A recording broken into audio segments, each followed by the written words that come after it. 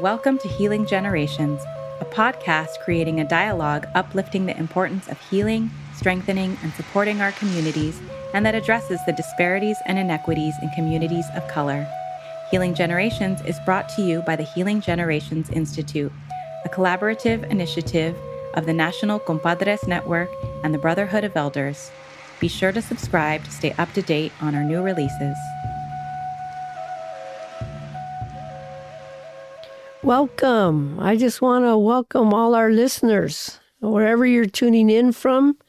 We're very excited that you're joining us today and hoping that you're finding yourself in a good place to go on this adventure that we have today.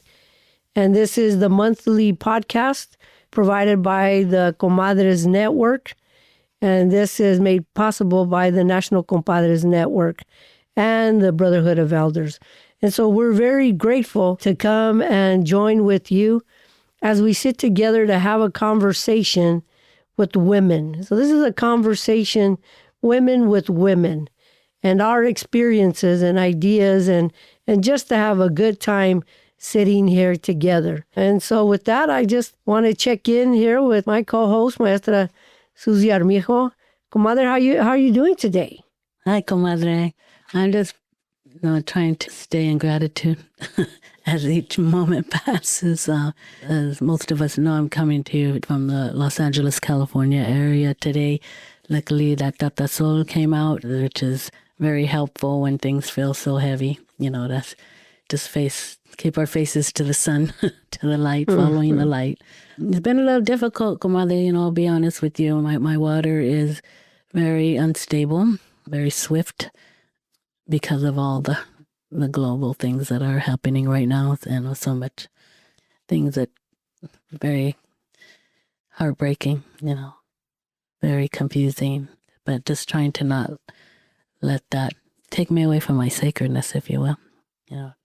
Trying to remember intentionally, why we're here and just how to continue to do what we can with what we have in front of us, and whoever Creator puts in our path, wherever we're at, however we can continue to support and just be there for each other, no matter what we're going through. So that's kind of where I'm at. Yeah. The water flows and then it gets a little stuck, and then I'd have to try to force myself to keep moving. But grateful to be here today and just looking forward to our beautiful guests that we're going to be having.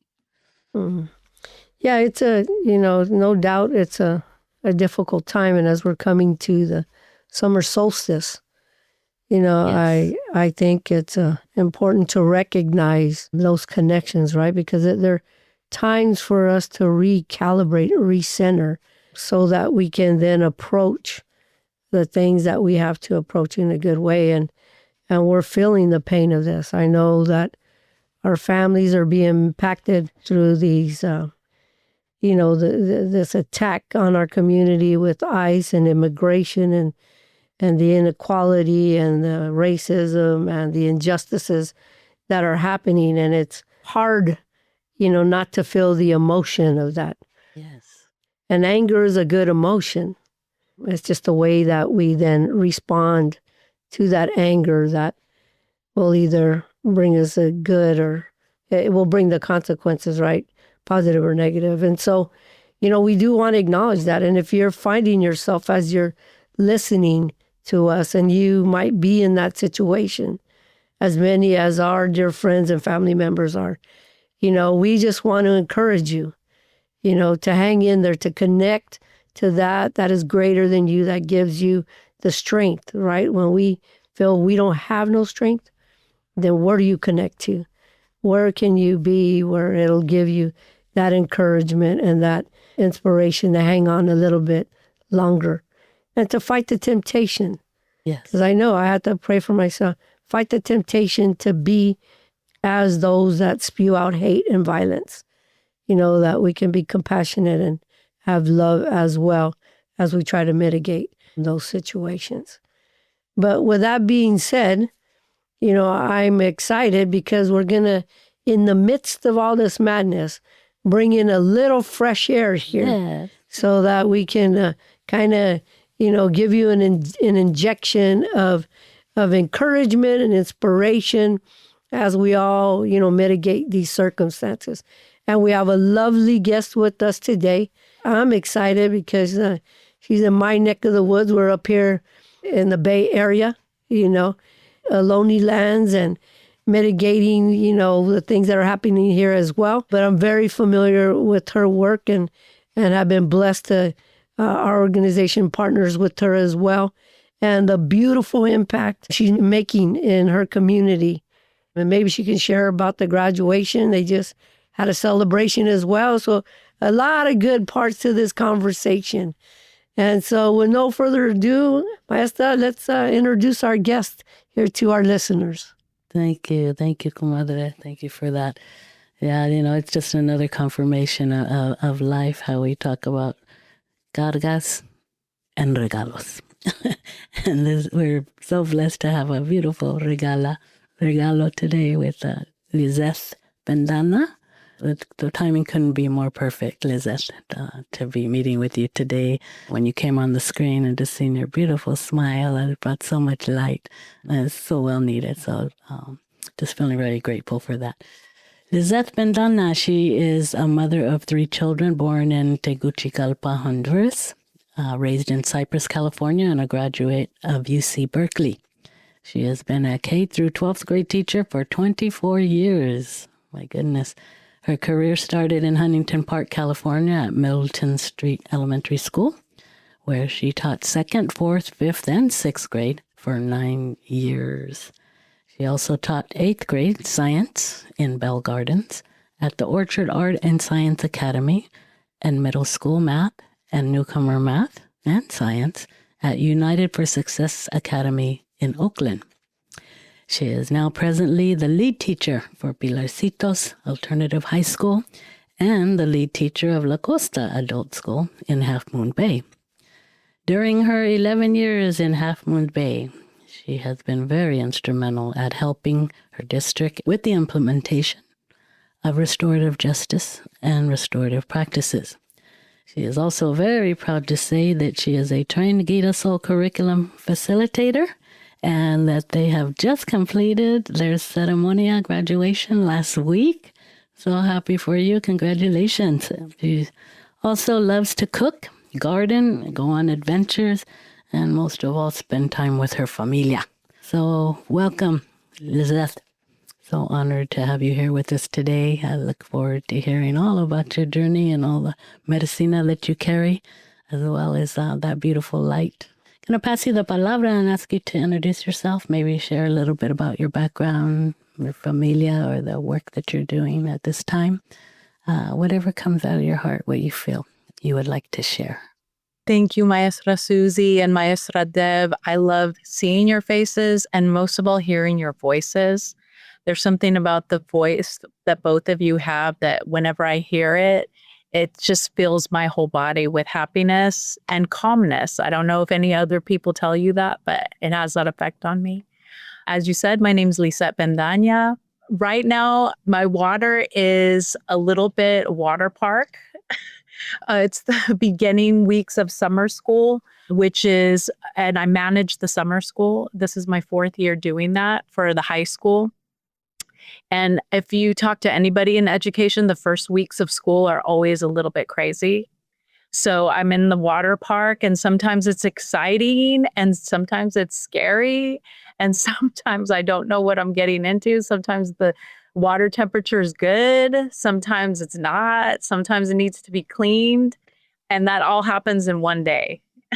And I'm talking to you right now from the school site. So I'm in the water park as we do this.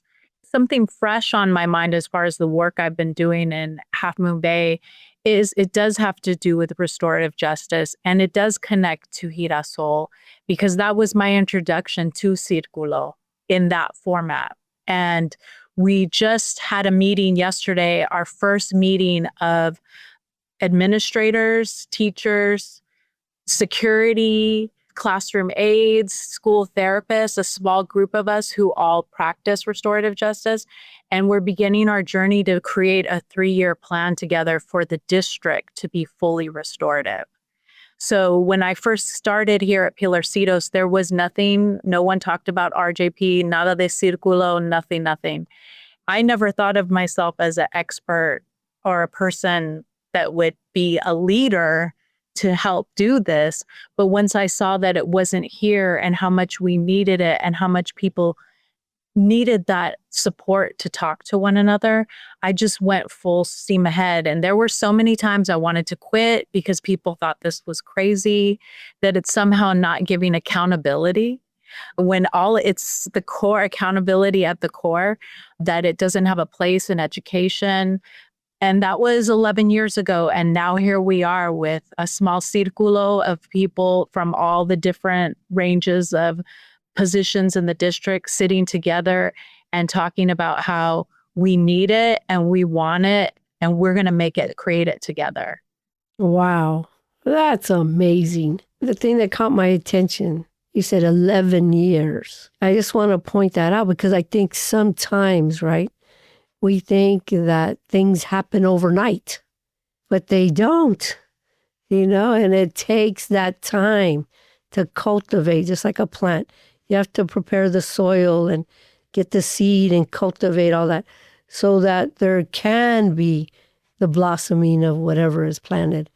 And so that is so exciting to hear. But in that same thought, for you, can you share a little bit about your journey and who you are as a person?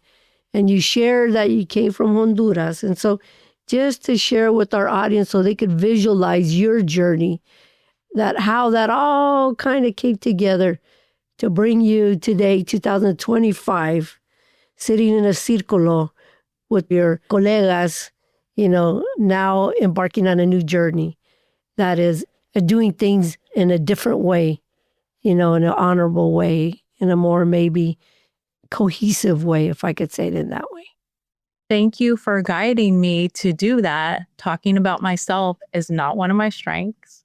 I love being underground, and doing this podcast is definitely pushing me to my growth edges, as people use that term. So yes, I was born in Honduras in 1973, and my mom was there as a Peace Corps volunteer, and she met my dad in a place called Santa Rosa de Copan from a traveling large salesman named Manteca. They fell in love, they got married, they had me. We were there for about a year. And then she moved back to Gardena. So her parents are from Japan, and she was born and raised in Los Angeles. And so we lived in Gardena for a little bit. And then we moved to Orange County when I was 3, which is Cypress. And some hardcore Orange County people don't consider that Orange County because it's really close to Long Beach, that border. So I use the term loosely OC because I've always been corrected about that. And that's a general theme in my life. People saying like, you're really not this, or you're really not that. Because being mixed race, not only were we like the only Asian family, we were also the only Honduran family, probably in all of Cyprus for part of my life. Had a hard time growing up there just because of those factors. But school was someplace where I could succeed. And so I used that as kind of an escape. And I really didn't find my voice until much later. And it does come back to the círculo, like way later in life. I was used to minimizing myself for a long time. So somewhere around middle school, I had a really hard time. That's when everything kind of bubbled up. And I moved to a private Christian high school in North Long Beach, which is also on a border of Paramount, North Long Beach, Compton. And there I was in some ways sheltered, and in some ways new worlds opened up for me. And I became really indoctrinated into Protestant Christian ethos. That's how I'm going to call it, because it is this whole other thing. Some good things happened with that, and some really bad things happened with that. There was a pastor who was inappropriate, not just with me, but many of the young people, not just girls, boys as well. That really shaped the way I trust people from then on out, and also anything organized. And I think that's why I like to be underground. And once I went to UC Berkeley, everything turned upside down because the world there is not like the world I was coming from. So it was confusing. I thought academia was something that it wasn't once I got there. I thought I had this idealistic perception that academia was going to be something that was going to help everybody and bring justice and education. And all I saw was what I love about the Girasol curriculum is the deep, dark heart of the Purple City and how I wasn't part of it. And it took a long time for me to shed that anger and frustration and sense of not belonging. And what helped me come out of it isn't just therapy, but pushing myself in different ways, being around different people, becoming a teacher and being around so many different people and seeing all the different ways to be and the different ways that education looks like. One of my favorite things about being introduced to Girasol is that people call you both Maestra Deb, Maestra Susie. I felt like it's the right way of the use of the word teacher. Being in the Purple City school system is a challenge. And I'm veterana. 24 years is not easy. Part of it is just always reminding myself that I'm in it, but I'm not of it. And not being of it is an advantage, especially for the kids who know they're not of it either. I feel like sometimes a little bit of a shepherd, a little bit of the cool auntie, but who will check you. And the Girasol experience, so last year, it was kind of divine intervention, serendipity, all of those things. Gisela Figueroa and Solimar came out of nowhere. We were having teacher circles. So we have our instructors, we meet in circle every week to talk about students specifically and what we need to do so we don't miss anything. And that day they came in and they were like, can we do a girls group? And I was like, yes, let's do it. And I didn't know all the backstory of the obstacles that they had bringing Girasol to the coast side, but it was just the perfect timing. It's something that we always needed. This community has always been white American and predominantly Mexicano, and for a long time, specifically from Jalisco, and maybe over the last 10 to 15 years, more people from Michoacan, more people from Oaxaca, and just now in the last 2 years, some Central American people. But because it's been like that for so long and it's so small, things were very set.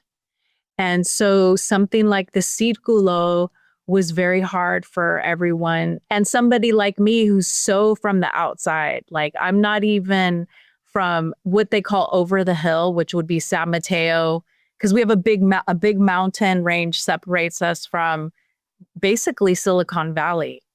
And I wasn't from any of those places. So going back to Deb saying 11 years, the first 4 were tough to keep my resiliency with what we were trying to do. But I think it is going back to all the things I'd already been through. I couldn't give up. And I knew that there would be something at the end of this. I don't want to even call it an experiment, this effort to bring a different way of communicating and being with one another to a small place where one thing I always say is the advantage of this place being so small is the change is felt like so intensely. And you can actually make changes in these type of places that you can't when you're in a big, giant, sprawling city.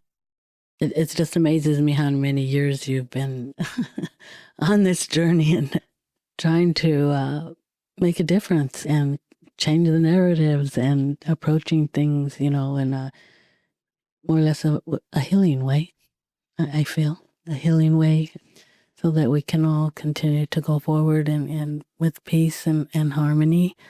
And you're talking, reading your bio, how many years you've been involved in this. And then, thinking just even today, this minute, like we're still trying to restore. It's still happening all these years, And, I just really have to, I don't want to make the whole podcast about this, but just because it's so intense right now, as you said, I really have to ask because you're there on a daily basis and you see the children, you work with the children, you know the parents, you know the administration there. I'm just curious to know what Medicina that you could share with us about how you've been able to, with everything that's going on, all the chaos, the unpredictability, how you've been able to do it your way as far as providing ongoing support to the students with your advice, encouragement, and how have you found a way to help them feel safe in these unpredictable times and continue to be that light of hope for them? The first word that comes to my mind is connectedness, and making sure not only do they feel connected with the adults here and with me, all of us, but the connection to the land around us, the connection to the town, to the history that happened before here. One of the things that I think is the most dangerous, we're an alternative school, so we're the continuation school. So if a student is coming to our campus, they've already been rejected by the main high school in town. And that's an immediate disconnection. So they come to us disconnected. And so connection is like the core of what I feel like how we try to heal them. And the connectedness can come too in the disassociation that occurs. And when we're talking about the intense times, there is one of the things I see is the disassociation, like not focusing on that, like almost as if it's not happening. And I'm not saying that we need to be connected into that all day, every day, because I don't think that's healthy either. But I am saying that one thing we try to help all of our young people and ourselves, because the adults have to be calibrated and centered in order to help students be that as well, is to feel connected to what is around us and what was before us. So we have classes that aren't like normal classes. I have a class that I teach at the beach that is about the native plants. And there we connect with not just the native plants, but the invasive species as well. And through that, we talk about colonialism. And in a way that the plants are almost telling us the story. And a beautiful part of that I could have never planned was that we partner with the volunteers at the state park who are all retired old women. And so it's intergenerational just by the setup of it. And everyone gets connected in a way. And some of these kids and some of these women there would have never been connected with one another if it wasn't for that interaction once a week. We also have a class on a farm, a ranch. We've partnered with one farm for many years. That farm was called Potrero Nuevo Farms on Tunitas Creek Road here in Half Moon Bay. And they were wonderful to us for 10 years. And we moved to a different farm that's the Elkis Ranch run by the UC system. Agriculture is a big part of the culture of Half Moon Bay. And I feel strongly that it should never be something that somebody's ashamed of. And I noticed that when I didn't understand that coming from the suburbs and the city, that there was shame in that until I first started our first years. And so that's something that's Medicina to me to go revisit and look at it as this isn't shameful. This is something to be proud of, so proud of. In that class, it's just learning about farming, taking a seed all the way to harvest, and learning about food and what it does to us, how it makes you feel good, where it comes from. Even though they may have grown up around agriculture, they may never have pulled out a beet from the ground and take a bite out of it with just brushing off the dirt. And I use that because most kids think that's disgusting. But after a few times, your palate will get used to it. You just have to start tasting it. And so there's a lot of tasting that happens that makes you feel alive, again, with the connection. I also teach 2 classes about species of animals that are becoming endangered here on the coast or are protected. In the fall, it's the monarca, the monarch butterfly. They overwinter here.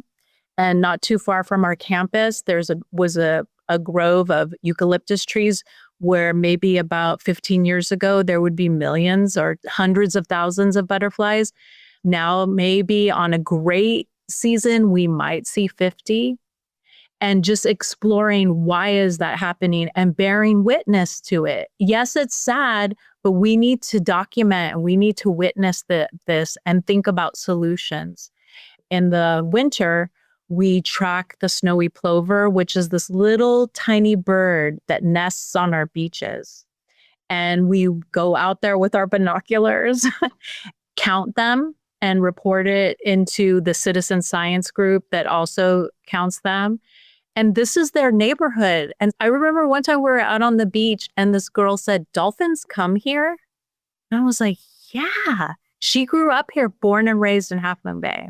And then, of course, Círculo class, which this year I had the gift to use Maestra Deb's circle book, The 13 Teachings. And that was amazing.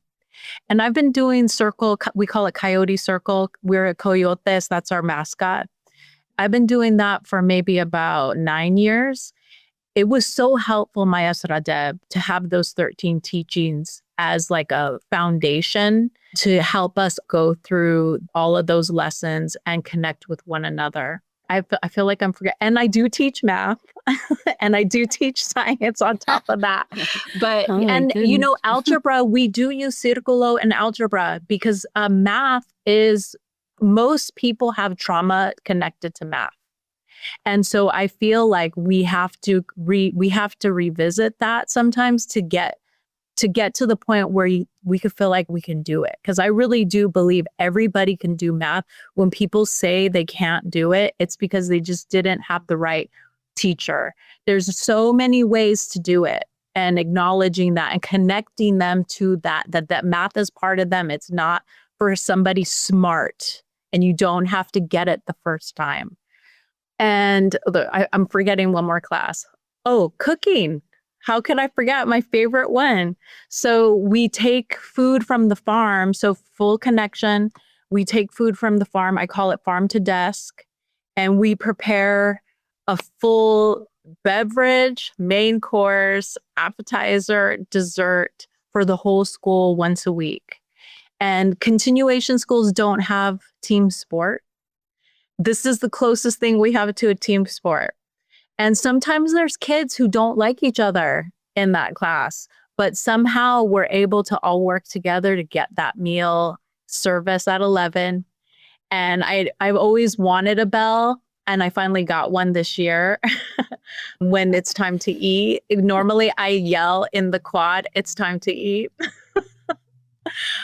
So those are all the examples. It's connectedness, but those are all the ways that I feel are important for the youth here to feel connected from the outside going internally.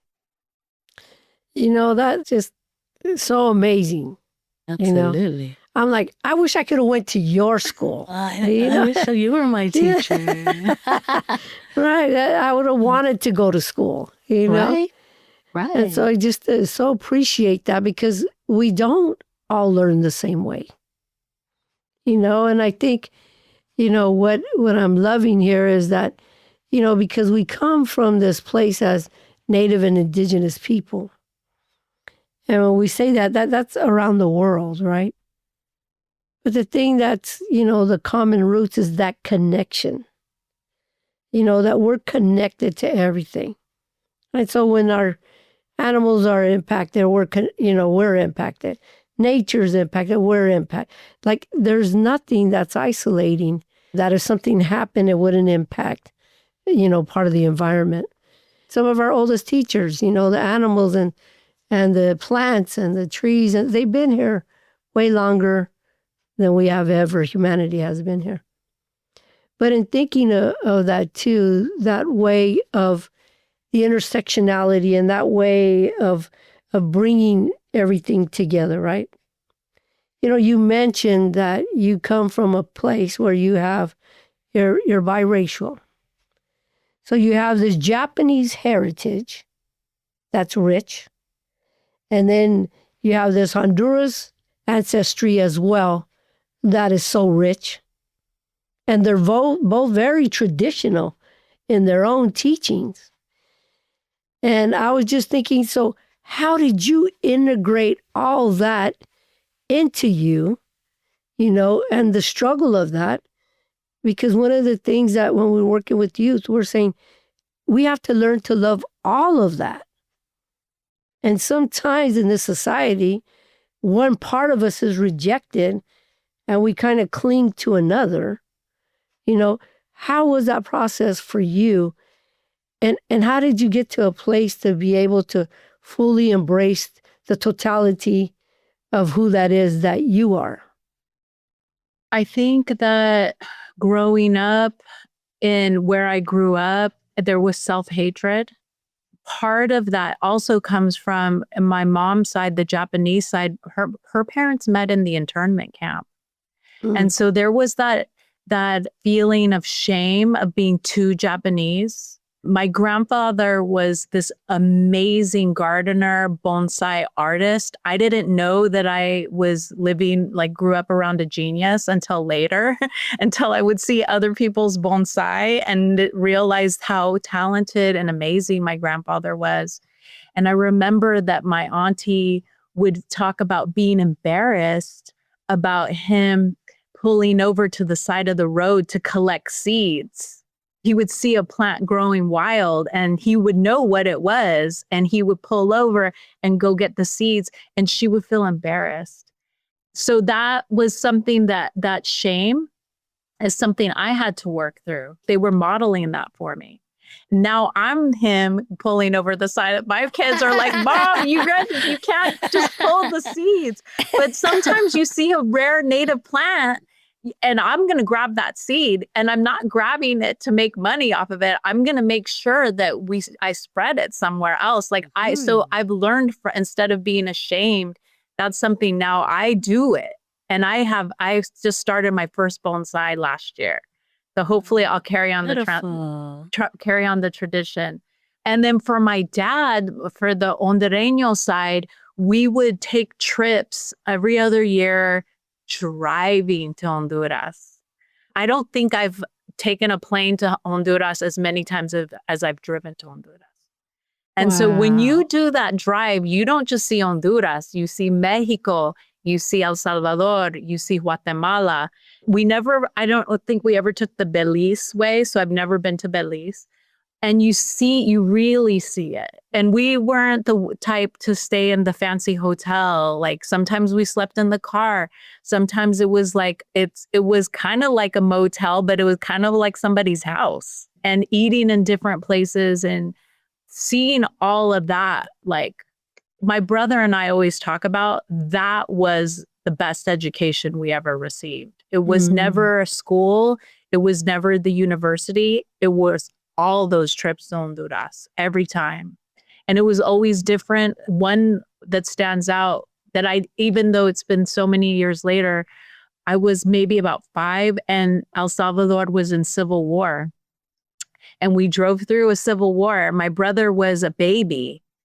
As a kid, you don't understand what you're seeing. You think it's normal. And I remember making a game of counting the soldiers and the trees on the road. That was my game. So being there was full immersion into what life in Honduras was like.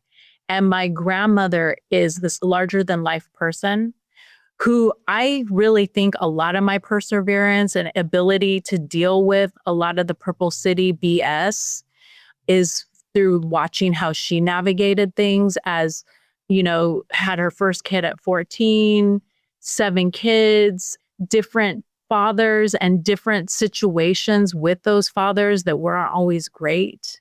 Although she was never formally educated, she didn't really know how to read or write, but she was excellent at math, excellent cook. By the time she was my age, she had moved to a part of Honduras called Esperanza. And she had her own like kind of like thrift shop, sewing supplies, queso. She was like the queso lady. And just watching that example of how to live your life. And she would tell me her sad stories, but I also would see what her life was like as she was telling those sad stories. And she was far away from those sad stories. So it showed me that I could live many lives in my one life, and that things can be overcome, even though it's not fun when you're in those bad times. So as far as Medicina goes, from that background, those roots, it's in those foundations of the internment, because I do feel like I don't know that much about my grandparents' life before internment. I just know that my grandmother came here when she was 3, and she rarely talked about it. And my grandfather actually came here through Mexico illegally with the migrant farmers. And once the war started, they met. That's where they met, in the camps. They were in a camp called Amachi. And because there was that shame, they didn't share a lot of their culture. For example, my mom speaks perfect Spanish, nada de japonés. And all of her siblings, none of them could speak Japanese, because there was some type of like, I feel like a remnant of that need to be assimilated, to not stand out. And they would tell me stuff like that. Like, I think that's another reason why I like to be underground. Not only don't make waves, but don't show yourself too much. It took a long time to shed that. And I think the way I shed it was, there were things I wanted to see. Like, I like how you said, Maestra Susie, healing, goodness. Like, I want to see that. And if I want to see that, I have to be that. And I can't be that if I'm closed off. Absolutely. Absolutely. Oh, thank you. You just took us on a little journey there.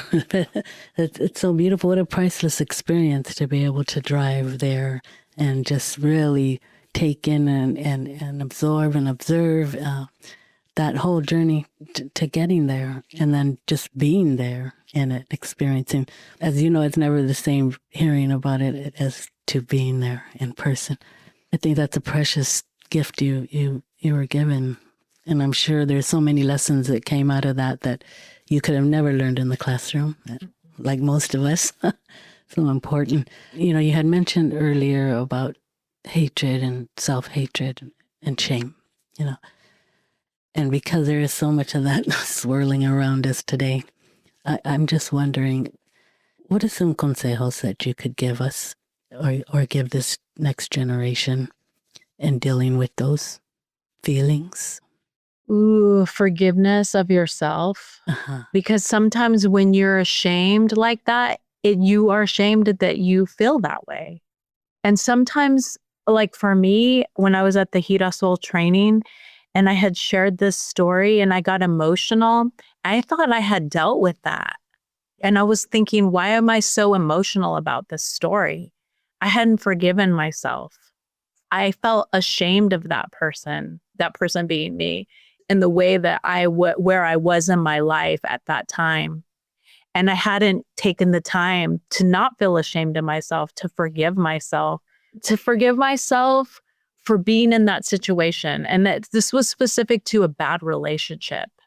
And I never thought about that I needed to do that. And I released, like after the Girasol training, I went home. I had been thinking about a lot of things. And I got home, I got cozy in my bed, because when you're away from your bed, it's not fun. So I was cozy in my bed. I agree. And I cried. And I cried a deep cry. And that was the release. And I remember thinking about how one of the things that came up several times is that our tears are medicina. And we don't let it flow, then we're not giving ourselves the medicine. And I felt that when I let that go. And it wasn't really letting it go. I don't want to use that term. It's more like letting it be. It's part of my story. It's part of why I am who I am. So that forgiveness of the self is so key. And for young people, I do kind of want them to have some forgiveness for the adults around them. Because in a lot of ways, we have let them down, and we are learning just like they are. And so my consejos for young people are be patient with the adults. Like you want us to be patient with you. Right, We need that. right. We need that same grace because we didn't have all this language of self-care and emotional intelligence and even restorative justice. No one was talking about punitive versus restorative. It was just punitive. That's it.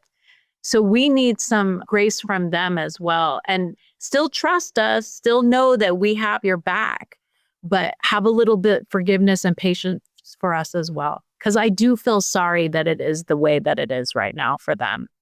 I agree. Thank you for that. So powerful. This conversation for me has been very inspirational. And, and I'm saying, just thinking here, and as we have the opportunity to visually see each other, and I know the listeners are just hearing us, right? But I'm just wondering, Lizeth, where do you see yourself in 5 years? I'm going to just leave it at 5 because we could go 10, 50, but in 5 years, right? Because there's been a huge shift. There's been this time of getting to this place that, a monumental shift here. And so, I'm like, where do you see yourself in 5 years? Well, okay, I'll give you 2 answers. One will be practical and one will be fantasy. Okay. I like it. Practical is I still want I love my position here. And this is where I'm going to ride it out for the rest of my career. And the rest of my career means getting to 30 years of teaching. I want to hit that 30 years. Partly because I remember when I first started teaching, an older white teacher said I would never make it as long as her. And she was not what I do. She would literally write the page number on the board and then paint her nails in class. And I'm making it to 30 years, if not more. Not just to show her, but also to show myself. Like I was in the Purple City system and it never took me over. And I know I have the energy to do what I do at least for 5 more years. I don't want to be an administrator. People keep asking me to do that. There's something about that I feel like I would have to give up part of what I am and what I do. So it's not for me. So I'm not thinking of, but I do like the role of lead teacher. It's the best of both worlds. I think truly in education, anyone who's in education should at least teach one class to stay connected, because that's one of my big grievances about the Purple City system is those that are in higher positions are extremely disconnected. I'll still be in education and still teaching something and leading more. I've finally grown into myself as a leader, and I like it. Not in the leader of I'm up here, you're down here, but in the leader of how can I help all of us be leaders together? I love that. And I have that right now with the staff that we have, and it is cooking and it is great. And I hope to bring up I'm looking for my successor. So I hope in by 5 years, Maestra Deb, that I can figure out the next person who can carry the torch, if you will, and in their own way, not saying it has to be the way I do it, but a maestra who wants to make sure we're all connected. So that's the practical. I won't be ready to retire. I'm probably going to retire around 60. So I'm 52 right now. So I'll still have some years left. And then here's the fantasy. I really, really want a submarine in our harbor. And I'll tell you why. Submarine technology has changed. So there's a company called Triton Submarine, and they have a technology where the windows, you can have the whole side of the submarine is all window. So you just sit down, and the ocean is something that everyone needs to see in that state. So I used to scuba dive before I had my last 2 kids. And I loved it so much because I felt super connected to the earth, to like Mother Earth, like almost like you could hear it because you don't have all the sounds of Purple City. There's nothing Purple City down there. And I think it would be really powerful for people to be able to have access to that and take people out. We don't have to go far and we don't have to go deep. Actually, the deeper you go, there's kind of not as much to see unless you really want to be and get into the marine biology of it all. But at 30 feet on a sunny day, it would really open up people's minds in a new way. When I tell people that, they look at me like I'm crazy, but I'm just going to say it because I know it's crazy. But I would love to have that be my last classroom, is the submarine. Wow. Okay, folks, you heard that here live on this podcast, Go right? find me, yes. So Lizette's part of Lizette's class. See, and we're talking a continuation school. Yeah, that's right. You know? And so to have part of the classes be taught and something like that, wow, how amazing. No, I appreciate that because I love underwater. Okay. I'm an underwater person. I can hold my breath. Of course, it's getting shorter as I get older, but there's something, I totally agree. There's something about when you submerge yourself in there, these sounds above water get shut off and you go into a whole different world, vibrancy of the colors and the animals and the rocks and the coral. And it's just, for me, it is very soothing and healing. So I want to go to your class when it lands over here in Half Moon Bay for sure. And everyone can be in a submarine. You don't have to take a training. You don't need gear. You just have to sit and be there. That's why I like that idea. That's amazing. I know it. Well, I'm telling you, the hour just always flies by, right? It just flies, you know? Every time. But before we go, and it goes along with the Maestra's questions about consejos. What consejos can you leave, you know? Some for this next generation through your experience, and also for the elders. What consejos would you leave for them as we're closing this podcast up? Pay attention to the patterns. Pay attention to the cycles. Decide what you want to repeat and what doesn't serve you.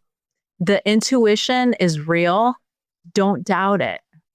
Well, I don't know about you, Maestra, but this has been a wonderful conversation. So much medicine. So much medicine. So needed at this time, too. Like you always say, Maestra, you know, Creator's timing is always perfect. All the medicine that she has shared today, thank you so much. It's just so vital and so needed and so perfectly timed. Thank you both for all that you are, all that you do. And thank you so much for that Girasol curriculum.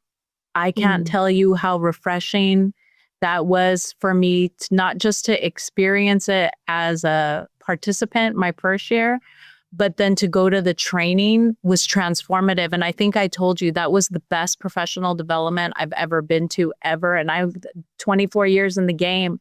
I've been to all kinds of teacher trainings. That was true maestra, higher level training. Wow. Gracias. Thank you for that. And listeners, and what she's alluding to is Girasol, or the Sunflower, is a curriculum for young girls and teenage girls, those that identify in their femininity. And it's a curriculum. It's a rite of passage program. And so we do trainings all across the nation. That's what she's being referring to. And if you're interested in that, I would just say connect to the National Compadres Network and with Mario, and he can give you more information about that. But, you know, like we started, it's never a disappointment. And going back to these critical times, you know, we really have to be careful and keep that balance, right? Because if we're in it too much, it can be very drowning. And so really connecting to those places that will give you a breath of fresh air, that will nourish you, that will enlighten you and bring healing to your life. That's what we consciously have to do in these times. And I hope that our coming together this afternoon was that for you. I know that it definitely was for me, and that you leave here with your heart a little more motivated and inspired to help to deal with whatever will come your way. But we just want to thank you and blessings as you continue to do the work in Half Moon Bay. And listen, if you're a teacher, you might want to connect to her. Absolutely. I didn't even ask permission for that one, but if I heard that, I would be like, where's this lady at? So she's located in Half Moon Bay, folks. And so, you know, and I'm sure she would love to, you know, help any teacher. If you're struggling out there, it's these type of mujeres that we need to stay connected to, you know, and to share that. Because when we get elevated, we elevate all together. But also when we're hurting, we all hurt. And so, I don't know, comadre, any last words today? You know, what really stood out, and you started with this, and I'm just going to come back to it to make it full circle, is the word connection.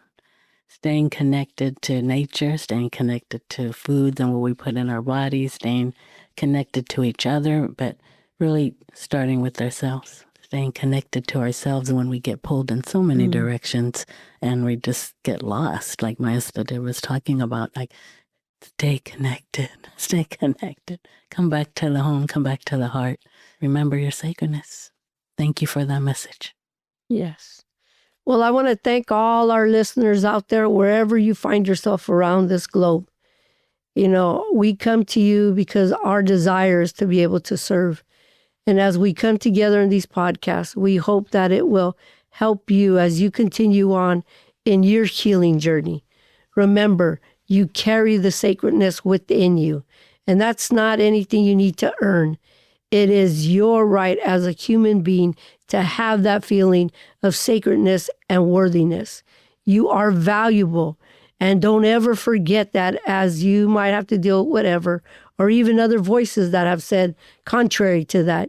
You are sacred, and you carry so much worthiness and value. And we just want to thank you for joining us. You know, this is part of the National Comadres Network. Myself and Maestra Susie Armijo, we do this from our heart. And we just want to thank you very much for joining us again this month on this podcast of Healing Generations. Bendiciones. Bendiciones. Adelante. For more information about Healing Generations and the Healing Generations Institute, visit nationalcompadresnetwork.org and be sure to subscribe to stay up to date with our new releases.